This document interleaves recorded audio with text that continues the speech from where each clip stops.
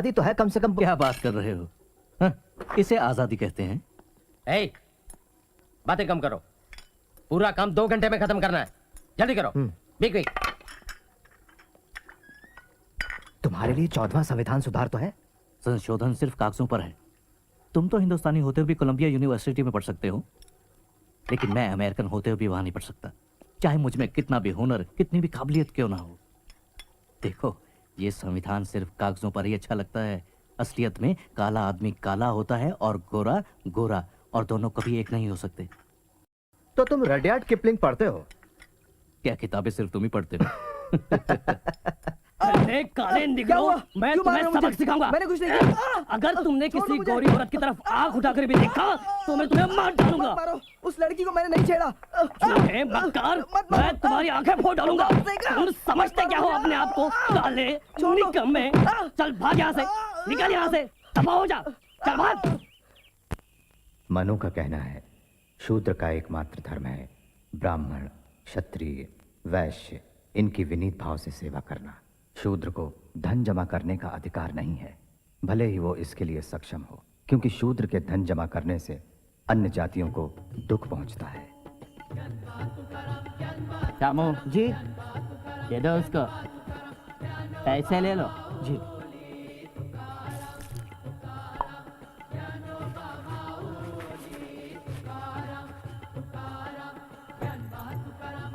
शूद्र को ऊंची जाति के लोगों से बात नहीं करनी चाहिए और पास से गुजरते हुए उन्हें जोर से आवाज करनी चाहिए, ताकि जो भी सुने वो रास्ते से हट जाए, क्योंकि शूद्र का दर्शन, उसकी आवाज, उसका स्पर्श उच्च जाति वालों को अपवित्र करता है।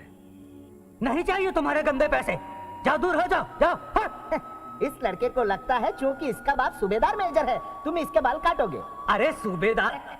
सवर्णों को चाहिए कि वो कभी भी शूद्रों के सामने वेदों का उच्चारण ना करें। अगर कोई शूद्र वेदों को सुन लेता है तो उसके कानों में शीशा पिघलाकर डलवा देना चाहिए। अगर वे वेद का उच्चारण करते हैं तो उनकी जिह्वा काट देनी चाहिए। विवाह विवाह। मैंने तुम्हें संस्कृत लेने के लिए बोला था, फांसी क्यों ली?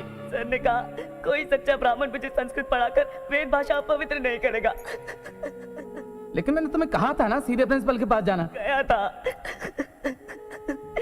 आपने कहा था बम्बई में सब कुछ ठीक होगा। रो मत, चुप हो जाओ, बंद करो रोना। बलि बकरे की दी जाती है, शेर की नहीं। रो मत, तुम सूबेदार मेजर खानदान के बच्चे हो, याद रखो।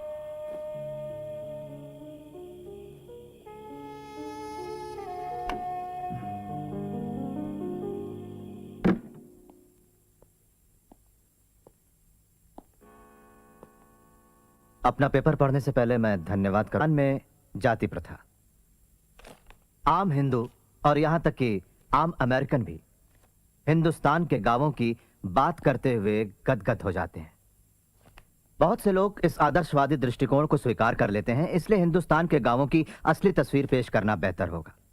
सच तो यह है कि हिंदुस्तान के ग्रामीण समाज की कोई एक इकाई नहीं होती। इसके 2 बड़े बड़े हिस्से हैं, एक सवर्ण और दूसरे अछूत। सवर्ण जो हैं वो शासन करते हैं और मालिक हैं, जबकि अछूत उनकी खानदानी गुलाम प्रजा है। और ये सब जन्म के साथ ही तय हो जाता है, बचने का कोई रास्ता नहीं। ये बताइए, क्या गैर हिंदुओं में भी अलग अलग जातियां होती हैं? होती हैं। हिंदुओं ने यह जहर दूसरों तक भी फैला दिया है। जाति प्रथा हिंदुस्तानी समाज के रग रग में फैली हुई है। तुम किस जाति के हो? महार।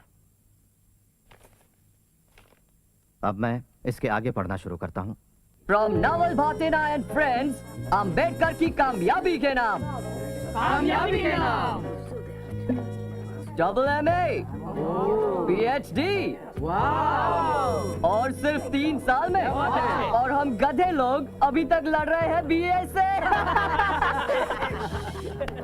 प्रोफेसर सेलिगमैन आ रहे हैं। हाँ।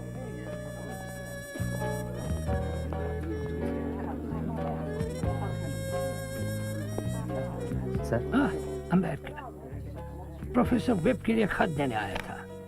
आपने क्यों तकलीफ की? तुम्हारा ग्लास कहाँ है? मैं नहीं पीता sir. Such a nice boy. तुम्हारी थीसिस पूरी हो जाए तो मुझे जरूर बताना। प्रस्तावना मैं लिख रहा हूँ, ये मत भूलना। नहीं तो किसी लंदन वाले को पकड़ लोगे।